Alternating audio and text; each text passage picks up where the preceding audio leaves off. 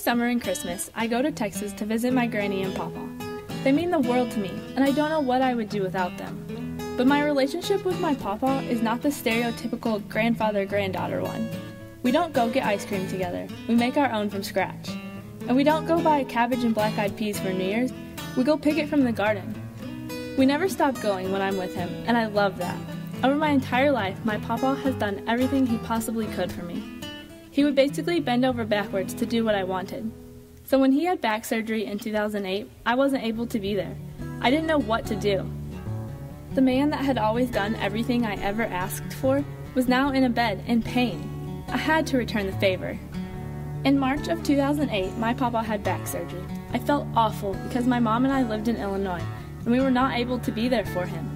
He was stuck in bed for almost 2 months, and I knew that was killing him because he had always been a slow, impatient man, but was always busy doing something. Every day during those 2 months, I called him, and every day our conversations were almost identical. "Hi, Papa, how are you?" "Oh, just fine, just fine." Then we would continue to talk about the weather, who had visited, and sometimes the cows. I hated that he had always done so much for me, and that the most I could do for him was just a phone call a day. So as soon as school was over, I decided I was going to go to Texas for 2 weeks to visit. The day came for me to leave, and I was so excited. I had not seen my granny or papa and the rest of my family in almost 6 months. I was mostly excited to see my papa, though, because now he was up and moving in his normal self, except for the 8-inch scar along his spine. When I got down there, my granny had cooked all my favorite foods, which was completely expected.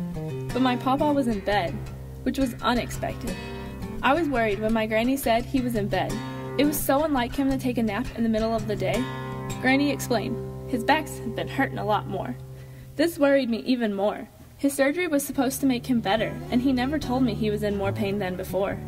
When he woke up, he hugged me, got some food, and sat down in his chair in the living room. This was so unlike him.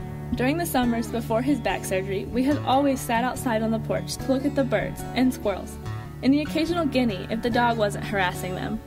I loved sitting out in the heat because I didn't get those warm breezes in Illinois. A week of my visit had passed, and the most my papa and I had done was go to town once. We hadn't gone to pick blackberries or look at the cows or ride through the creek on the four-wheeler. For a man that was always so busy and active, even at his slow as a snail pace, he was really starting to worry me now. He was in so much pain when he tried to get on the four-wheeler and when he walked too much. I had to do something. I had to get him back out in the hot pasture somehow. That was where the majority of his time was spent before, and I knew he was missing it, even though he hadn't mentioned it once. I decided I was going to hook up the small trailer he had to the four-wheeler, set up a chair, and drive him around. Just so he could get outside for longer and actually enjoy the sun beaming down on him, instead of worrying about when his back would give out. I attempted to back the four-wheeler up to the trailer, but I was always crooked, so I just decided to pull the trailer to the four-wheeler. It was so much harder than I expected, but I knew my papa would greatly appreciate it and probably chuckle a little at the setup I was making for him. I eventually got the trailer hitch in line with the four-wheeler hitch and got the bolt in. Now all I had to do was find a chair in his messy 2-story shop and get my papa outside. I couldn't wait. I ran inside to find my papa eating a bowl of Raisin Bran and having a cup of coffee.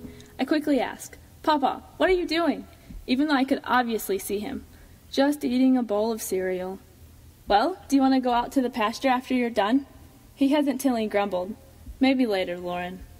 That's when I told him he had to come look at what I had gotten for him. I led him outside to the porch, and in the middle of the yard was the four-wheeler and the trailer hooked up together. "You want to go on a ride to the blackberry bush?" I finally asked. I looked at him, and he had a little smirk on his face.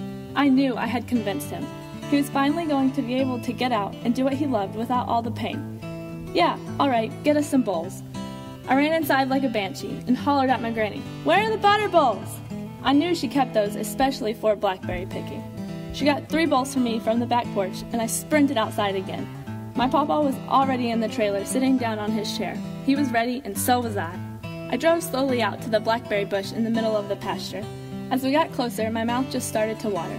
This was going to be my first blackberry of the summer, and I was beyond excited to find the perfect one. My papa handed me a bucket while saying, "Try not to eat more than you pick." This was always a problem for the two of us. We never could come back with a full bowl because the blackberries were so much better right off the bush. They always melted in our mouths from being so warm from the Texas heat, but it made them so much better. As my papa and I picked blackberries and ate even more, I just kept smiling. I knew he was happy to be outside, and I was happy to be with him.